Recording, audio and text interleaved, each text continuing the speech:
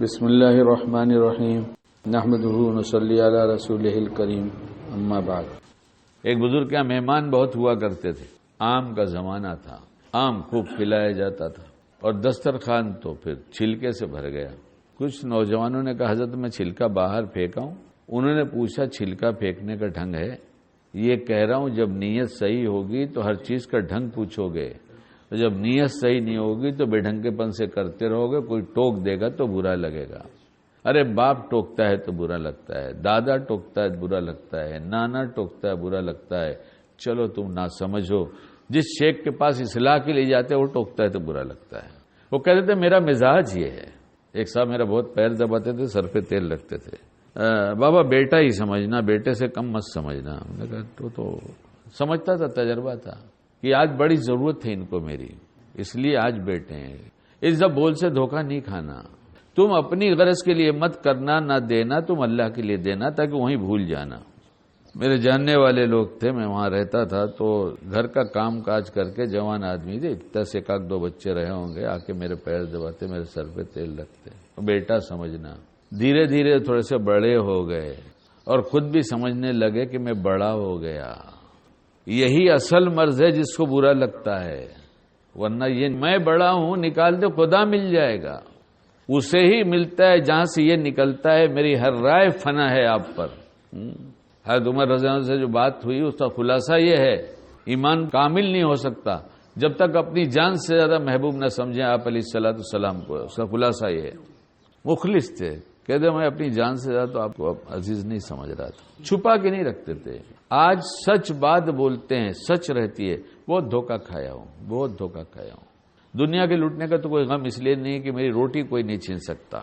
جتنی دفعہ پڑھوں گا انا للہ و انا الیہ راجعون، ہم کو نیکیاں ملیں گی۔ جو ایسے ریزرو بینک میں جمع ہو، سب سے زیادہ ضرورت کا دن ہوگا، اس دن ملنے والا ہے۔ غم کس بات کا ہے؟ لے لو اور بھی لے لو اور بھی دھوکہ دے دو، کیا فرق پڑتا ہے؟ ہم اس دھوکے سے خوش ہیں، اس دھوکے کا غم ہمارے پاس نہیں ہے۔ اس لیے آدمی بچا بچا کے رکھتا ہے کہ ضرورت کے دن کام آئے گا۔ اگر میرا تم نے چورا لیا، بچا لیا، دھوکہ دے کے رکھ لیا، تو میرا تو بچا کے رکھ دیا گیا ایسے بینک میں جو کل خدا نکال کے دے گا، کہ نکال کے دے دے صاحب، تو مجھے تو خوشی ہے۔ میں چھوڑ کے مروں گا تو میرے بچے بانٹیں گے، اور جو اس نے کھا لیا وہ تو ہمیں ملنے والا ہے، اور میرے بچوں کا نصیب اللہ نے لکھا ہے، جتنا ان کو لکھا ہے کھلائیں گے۔ ایک صاحب کے انتقال کا وقت ہو رہا تھا تو رو رہے تھے، تو کسی نے پوچھا کیوں رو رہے ہو؟ تو کہا میں سوچ رہا ہوں میرے مرنے کے بعد میرے بچوں کا کیا ہوگا۔ انہوں نے کہا یہ مت رو، اس لیے رو کہ میرے مرنے کے بعد میرا کیا ہوگا۔ بچوں کا تو نصیب لکھ دیا ہے، اور جس نے سورہ واقعہ پڑھا رات کو سونے سے پہلے اسے کبھی فاقہ نہیں آئے گا۔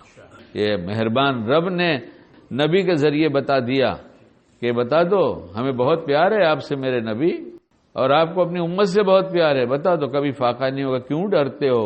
اور جتنے لوگ ہیں کھا کر مرے، بھوکے بہت کم مرے ہیں۔ اللہ پر بھروسہ کرنے والا کھائے بغیر نہیں مرتا، اس کو معلوم ہے کہ آج میری روزی ہے، اللہ نے کہا ختم، آج مر جاؤں گا، اس سے پہلے مروں گا نہیں۔ کیا کہہ رہا تھا میں؟ چھلکا پھینکنے کا ڈھنگ ہے تم کو۔ اب وہ لوگ سوچنے لگے چھلکا پھینکنا کیا ہے، کیسے پھینکو گے؟ حضرت لے جائیں گے، باہر ڈال دیں گے وہاں پر۔ تو کہا چلو اٹھاؤ چھلکا میں کیسے پھینکتا ہوں وہ دیکھو۔ اچھا، باہر گئے، تھوڑا سا لیا، یہاں رکھا، تھوڑا سا لیا، وہاں رکھا، پوری گلی میں تھوڑا دور سے پھیلا دیا۔ حضرت ایسا کیوں کیا؟ بکریاں ایک ساتھ آتی ہیں، جب دیکھیں گی تو یہاں ملے گا ایک ساتھ سب، تو ٹوٹ پڑیں گی، آپس میں ٹکرائیں گی، انہیں تکلیف پہنچ جائے گی۔ ہمیں تو کچھ خیال نہیں ہے، اپنی ذات سے طے کر لیں، آج سے نیتیں درست کریں گے اور اپنی ذات سے کسی کو تکلیف نہیں پہنچائیں گے۔ اور جس دن یہ ہو گیا اور یہ کہ یہ کام مجھے کیوں کرنا ہے، پہلے نیت، پھر مجھے کیسے کرنا ہے سنت۔ نیت اور سنت جس کے پاس آ گئی، اس کے پاس احسان کی وہ کیفیت کہ ہر دم اسے اللہ بھی یاد رہتا ہے، نبی بھی یاد رہتا ہے، یعنی ہر وقت اس کانٹیکٹ بنا رہتا ہے اس کا اللہ سے، کیونکہ ہر کام میں جاننا چاہے گا کہ اس میں کیا نیت کروں کہ میرا اللہ مجھ سے خوش ہوگا، کیا نیت کروں کہ یہ میرا دین بن جائے، اور پھر اس کو کیسے کروں کہ میرے نبی علیہ السلام کو جب ہمارے اعمال دکھائے جائیں تو خوش ہوتے رہیں، میرا امتی مجھے کبھی نہیں بھولتا۔ اللہ ہم سب کو باعمل بنائے۔